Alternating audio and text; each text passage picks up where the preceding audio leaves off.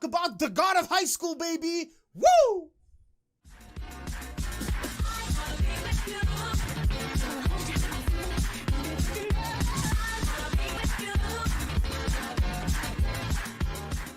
Hello everyone, welcome back. It's me, your host, Fraser2098, back again to give another video, and today is episode 1 of the Rule of 3. What is the Rule of 3? Well, the Rule of 3 is an unwritten law that basically dictates that you should be able to judge a show based off of the first 3 episodes. That is correct, the first 3 episodes, because genuinely speaking, contrary to belief, although Digi may have said otherwise, you cannot and should not base the show off of 1 episode. It is genuinely stupid. Rule of 3 is just this unwritten rule that has been in the community for such a long time. You judge it off of the first 3 episodes. In this case, I'm going to be talking about The God of High School. The God of High School, which is originally started out as a webtoon comic, and in case you don't know what a webtoon comic is, it's sort of like, imagine manga, but you sort of, it's really hard to describe because it's really long. Like, it's a longer, like a really long page of it.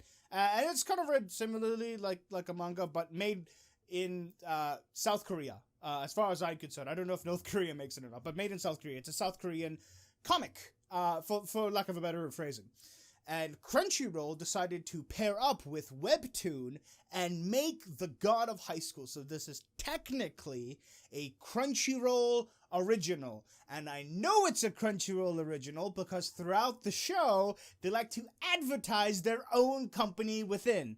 I kid you not, in episode 1, in the background, it's literally like Crunchyroll x Webtoon. In the arena around the side, like a WWE fashion thing, they advertise themselves, Crunchyroll x Webtoon. So this is created by Crunchyroll. So your hard-paying money that goes to the subscription services isn't just used for a live-action comedy series. No. We're actually getting anime made from it, which is possibly the best thing that we can get from our subscriptions. Like, this is the greatest thing we can get, honestly. I would much rather our money go towards making these shows than, like, their conventions. Because I live in Canada. I can't go to your stupid convention. Why is my $7 going to God of High School? Was created by Crunchyroll, but the studio behind it is Studio Mappa. It's not like people from Crunchyroll are like hand drawing the animation. No. It's an actual studio that has made this, Studio Mappa, who, if you don't know, made Yuri on Ice, which is very popular, and one of my favorite shows, Terror in Resonance, which was like an 11-episode series that you should definitely check out if you haven't, because it was an amazing series. My God, I will talk about like the animations and stuff, but first, we're going to talk about the story. Our story involves sort of, in the beginning, three characters that we genuinely focus on throughout. The first character that we're introduced is Jin Mori. Jin Mori's backstory is sort of unclear. All we know about him is that from what we can assume, he grew up with his grandfather. He sort of, I think, made a promise to him, and ever since is just really into fighting. This kid is really into fighting to the point where he got his ass handed to him by one of the commissioners who's recruiting these people for this tournament to find out, I guess, who's the God of High School? Because it's literally titled The God of High School in the show, in the tournament. The tournament is called The God of High School. So I guess they look for these people, and instead of Jin getting like the typical like letter, because everyone else was like, oh, we just got a letter, and he's like, yeah, I tried fighting him and I lost, and I want to actually beat him up again, Blondie. So I guess that, I don't know if that's his passion necessarily. I know he wants to win, but we don't really know what his dream is. Oh, by the way, this is a tournament arc. This is entirely in a tournament arc. So basically, it's sort of like in Yu Yu Hakusho, like the spirit tournament or whatever. High school students in Korea, the setting is Korea, get invited to this tournament known as the God of High School. And what they have to do is they have to beat the living shit out of each other, and they go in through the ranks, right? A tournament arc, right? Like in Boku no Hero. It's simple, but so far, there's not much given in terms of like what truly is going on. Something's going on. We don't know. All that was presented was like, hey, you group of people who we deem to be worthy to get into this tournament, all because they did tryouts. We want you to come in and fight. Also, if you do really well, like if you're number one, if you come out on top, if you beat everybody, whatever wish you have will come true. It will be granted. It doesn't say how it will grant the wish, just the wish will be granted. So I don't know. Like that already to me is a little sketchy. That like any wish can come true. This isn't Dragon Ball where like you collect all 7 Dragon Balls and you get the dragon to appear and he's going to grant you the wish. We don't know what's happening, but there is something behind it. So that's sort of the story. That's the overarching story, although it doesn't really present itself that much. You meet Jin Mori. He's obviously like got his ass handed to him by a commissioner, and he just wants to fight that commissioner. We don't really know what his wish is, other than like he just genuinely loves fighting. So he's a good sport. Episode 1 introduces us to our 3 main characters. So Jin, I already discussed about. The second person we meet is Yu Mirai. Not to be confused like I did with Mori. Yu Mirai is sort of she comes from like a dojo, I guess, or like a teaching ground. I'm gonna call it dojo because I don't know what they call it in South Korea. Sort of like a trading grounds facility where her grandfather entrusted her with a moon sword, and he's like, "Hey, listen, you need to find the next successor.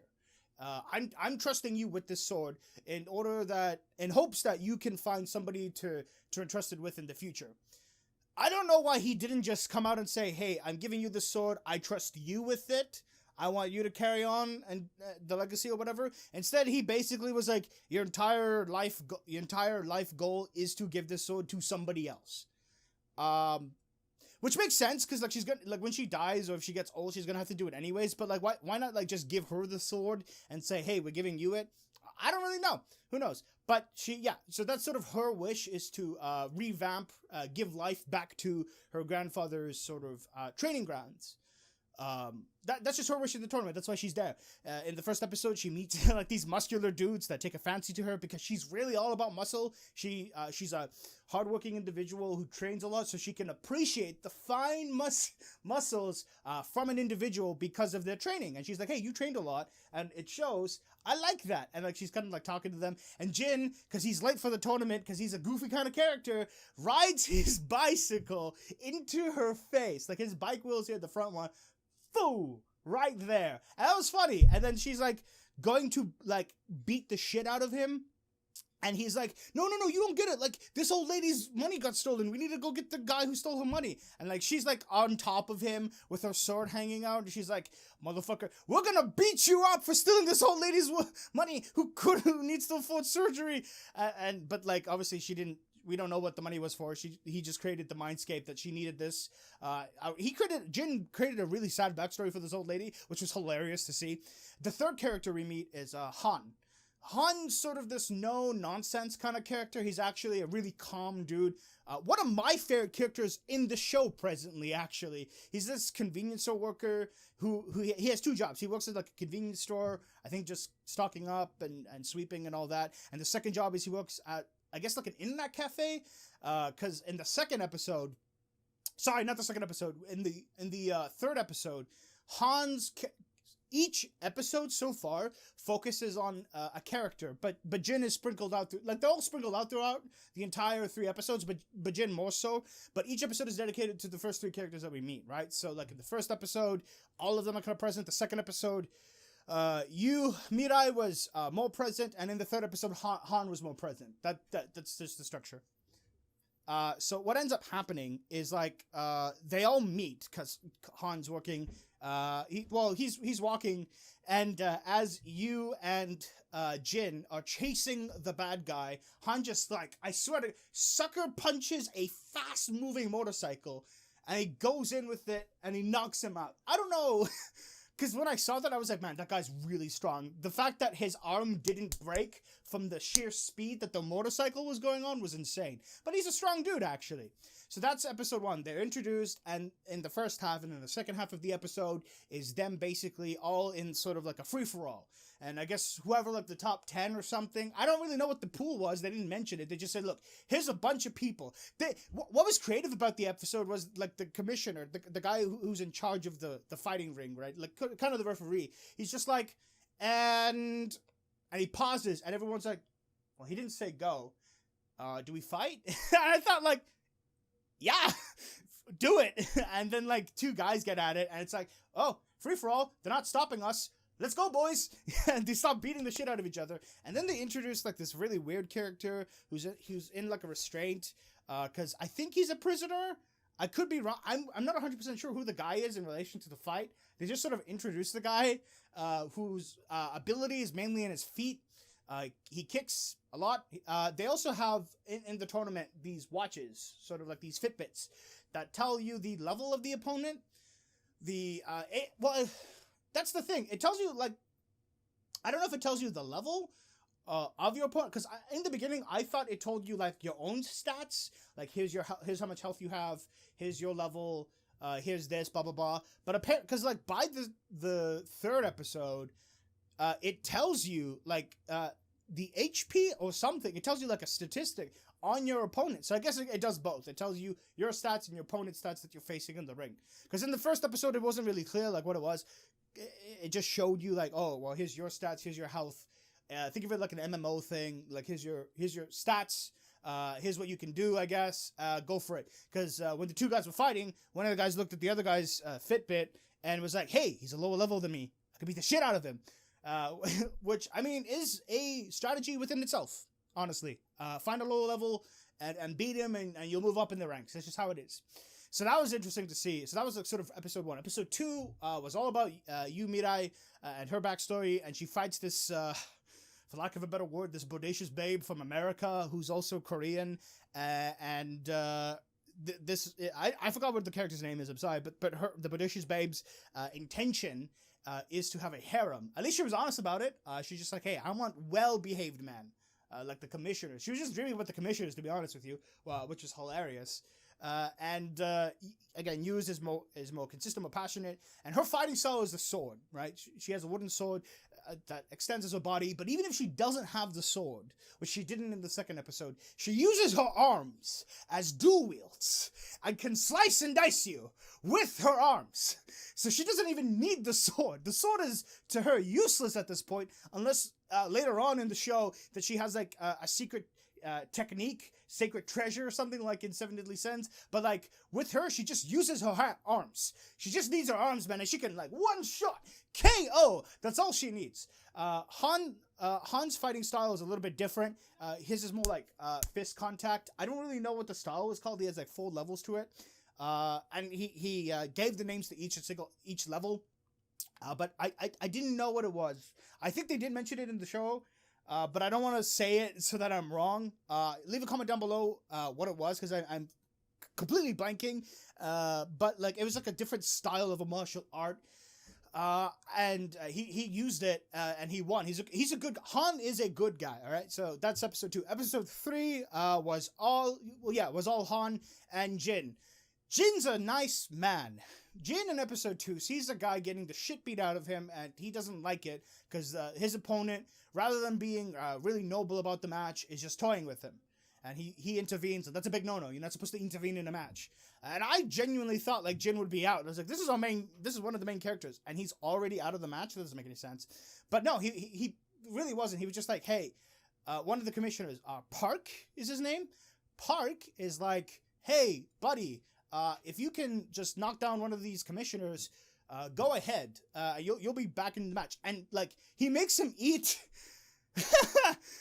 for lack of a better word, a devil fruit that for some reason, like, burns him on the inside, but, like, gives him astronomical powers. Because the way that he knocks down the commissioner in the third episode was, like, basically he just kind of, like, love taps him, and he falls to the ground just easily. And the commissioner gets so pissed that, like, by the third episode, they introduce, like, stands from JoJo, and he uses it to fight Jin, but the commissioners have to bring the other commissioner down, and it's like, you can't be doing that. He's already knocked you down. 3 months, no salary. And it's like, oh shit. 3 months. So you can tell, like, this is a society in which fighting is praised, but those who are above you can totally command those below you, right? That's just how it is.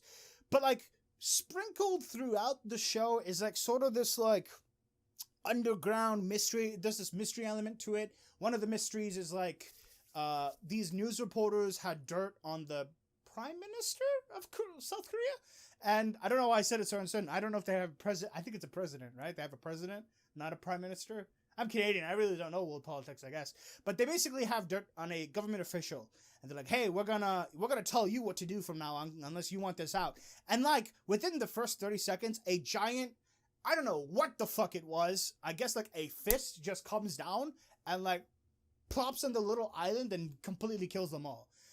And we don't know. Like Park, who is like in charge of the tournament, just goes to like America, I think, and starts to fuck shit up. Because we don't really know what happens, but like there is this so there's the base level, which is like the tournament arc. It's fun to see these characters fight, the powers and all that stuff.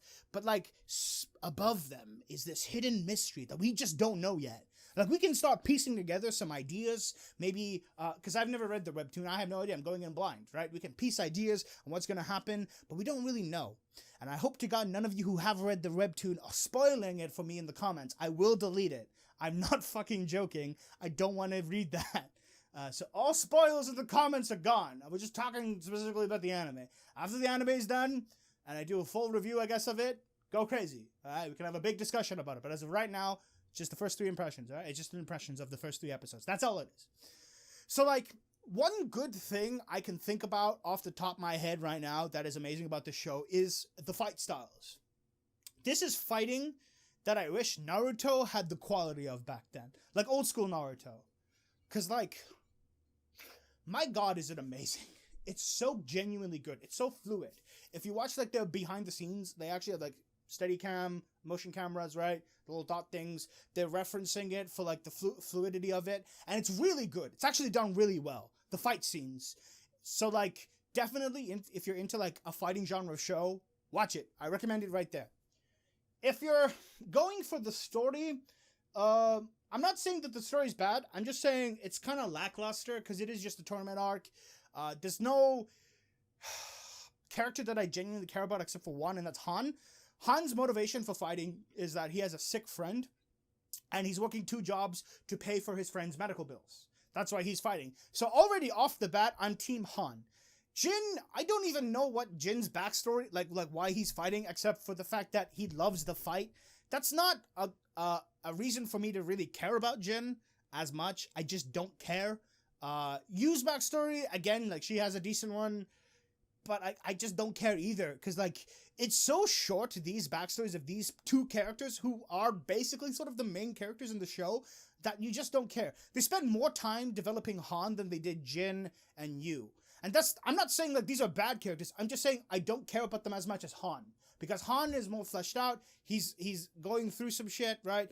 He's a really calm dude. Because like in episode 3, he gets like shit thrown at him in the internet cafe. And these dudes are like gaslighting him. They're like, hey, fight us, Han. And Han, who knows that if he picks a fight, will lose his job. And that source of income to help pay for his friend's medical bills. Like, oh, I'm so sorry, sir, for the convenience. And he picks up the cup that was thrown at him, throws it in the garbage, continues on with his day, right? He's just that type of dude. He knows restraint, okay? He's a calm motherfucker. He's amazing, though. He's actually genuinely an amazing character, and I really hope he wins, even though I know he's not gonna. Even though I know Jin's gonna win, because he's got the spiky-ass, goofy hair he's got going on. But, like, I really hoped he would win. So Han already is my favorite character. So that's sort of the problem, is that the characters aren't nearly as fleshed out. Now, I know what you're saying. It's only 3 episodes, man. Give it some time. It's like, yeah, I know. But, like, the fact that Han was fully fleshed out within a short bit, it's still short, but not as short as these other 2 characters, speaks loads about this show, right? Because it's like, they did Han really well. Why can't they do the other 2 characters really well? Each character so far had an episode dedicated to them. This is bullshit. So, yeah. So I talked about the story already. I think the story is interesting. Definitely like, oh, it's a tournament arc, but there's some mystery behind it, and I want to dive into. I want to open up the rift. I want to see what the mystery is. I need to know these things. Okay. So that the story is definitely amazing. The pacing of the show is amazing. It's so fast paced. I love it. I hate slow paced shows unless it's like dramas or like slice of lices. But like this is a fighting show. I want like some Bruce Lee, Jackie Chan stuff. I want the pacing to be amazing, and it is. It delivers. The story is good. The pacing's good. The characters could do a little bit more. So far, it's more like gimmicks. Like, Jin, from what I can tell, he acts kind of like a goofball, kind of like a monkey, because the dude is always like, bananas. It's like, alright, acts like a monkey, he is a goofball, that's just his kind of character, I guess. But I want to see more of him. I want to see the more serious Jin when he gets to it. You Mirai, I wish they worked kind of harder on her just a bit. I know she's probably gonna get more screen time, but I really wish it wasn't like episode 2 was like, ooh, 2 girls fighting each other, ha ha ha. It's like, I genuinely didn't care. I really wish, you basically beat the shit out of a guy. I mean, she did that in episode 1, and then in episode 2, they're like, girl fight, and I was like, yeah, I get it, fan service, you know, I'm here for it, but, like, I want to see her beat the shit out of a guy. Like, how amazing would that be, right? So, definitely, it's totally worth checking out. These are okay, here are my final opinions. The animation is great. It's fluid. It's beautiful. It's fast-paced. It knows what it's doing. That's what the story is also. The story is amazing, and there's more to it. I want to keep watching, right? I genuinely don't watch airing shows because I would much rather just binge watch just a show. But, like, this is something that I'm, like, off my seats crazy about, and it's good. The characters could use a little bit more work, in my opinion. Because there's just so many characters, honestly. Not everyone can get the same screen time. But Han genuinely is an amazing character. I don't think he alone is enough to lift up the show. So the characters is definitely lacking just a bit. But I know that throughout the show that they will work on the characters. So I'll give him that. I'll wait till the show's done and see what happens. If not, then the character score of it might be a letdown. Who knows? Definitely, overall, do watch the show. This is a thumbs up approval, alright? Definitely continue watching it. It is for you. It is for me. It is for everyone. I love it. Anyways, those have been my final thoughts and opinions of episode 1, 2, and 3 of The God of High School. I have been your host, Fraser299. Give this video a thumbs up. I greatly appreciate it. Leave a comment down below your thoughts and opinions of the show so far. Stay subscribed for more videos, and I'll see you guys in the next one. Bye-bye!